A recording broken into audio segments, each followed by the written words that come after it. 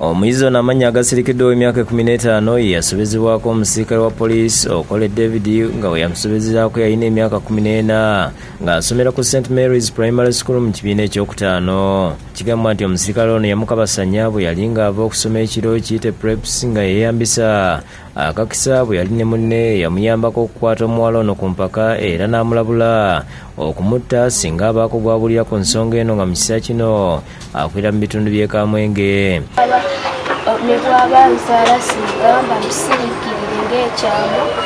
Ono atunnyonnyodde obulumi bw'ayitamu nga bwekabasanyizibwa yaddukira ku poliisi y'ekyazanga gye yali asuubira obuyambi wabula naye omusirikale ono yamusanga mu kasenge mwe yali ateereddwa era n'amusobyako. Tula ku siminti nga wali waggule ku luggi, omusirikale n'ayingiramu n'ankwata nga ayambadde ebyambalo n'emmundu ng'akirina nkuba enduula obunjogera nkuba amasasi. Omuyizi ono gwe tusanze nga yakagula emyera gy'amatooke n'amanda ebimuweeredde omuzakisa alaajanye olw'ebizibu by'ayitamu bw'ati naye n'atuukirira abatwala ensonga z'amaka n'abaana ku disitulikiti abatuuse mu kazigo omuwala ono mwe yagobeddwa. Maria Nankuze ow'ensonga z'abaana agumizza omuyizi ono obutaddamu kweraliikirira kuba gy'amututte agenda kufuna obuyambi era bagoberera omusango guno.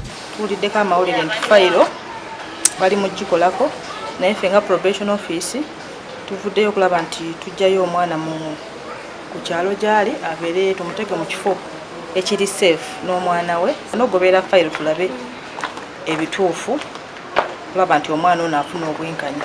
Amyuka akulira essomero Nalukwago Harriet atukakasiza ng'omuwala ono bwe yali omuyizi waabwe wabula bwe baalaba nga takyasoma bagenda we yali abeera ne basanga nga naye basenguka. Twagezaako okunoonyereza omwana ono ne tutuukako we yali abeera naye ne tusanga nga basengukawo. Ssentebe wa disitulikiti Ibrahim Kitata yennyamidde olw'omusirikale wa poliisi eyandibadde ekyokulabirako ate okukola ekikolwa nga kino. N'omusirikale ono gye bamutwala e Kasese akwatibwa akomerewo wano nga otulaba abalala bawera ennemba n'emisango gya rape ne defilement. Nono omusirikale wa poliisi tumulabe ng'ali mu kaguli. Omwogezi wa poliisi mu Greater Masaka Kasirye ategeeza nti omuwala yennyini yaggyayo omusango ow'omuwaabi wa gavumenti kyokka baasigala bavunaana omusirikale n'agoba mu poliisi. Ffe nga ffe ekyomusirikale waffe ekyokuba nti yagenda maaso n'amukozesa nekyo twakiwulira era ntumuggulako emisango egyaffe gya disciplinary saako n'ogya criminal. Ogwa criminal omukyala eyawaaba n'aguggyayo ogwaffe ne gutambula era nekisalibwawo omusirikale ne gumukka mu vvu n'abeera nga kisalibwawo abeere nga agobebwa mu poliisi. Agambye nti omuwala yali alina abavubuka abamukozesa ab'enjawulo ng'omu ku bo yavunaanibwa mu mbuga z'amateeka.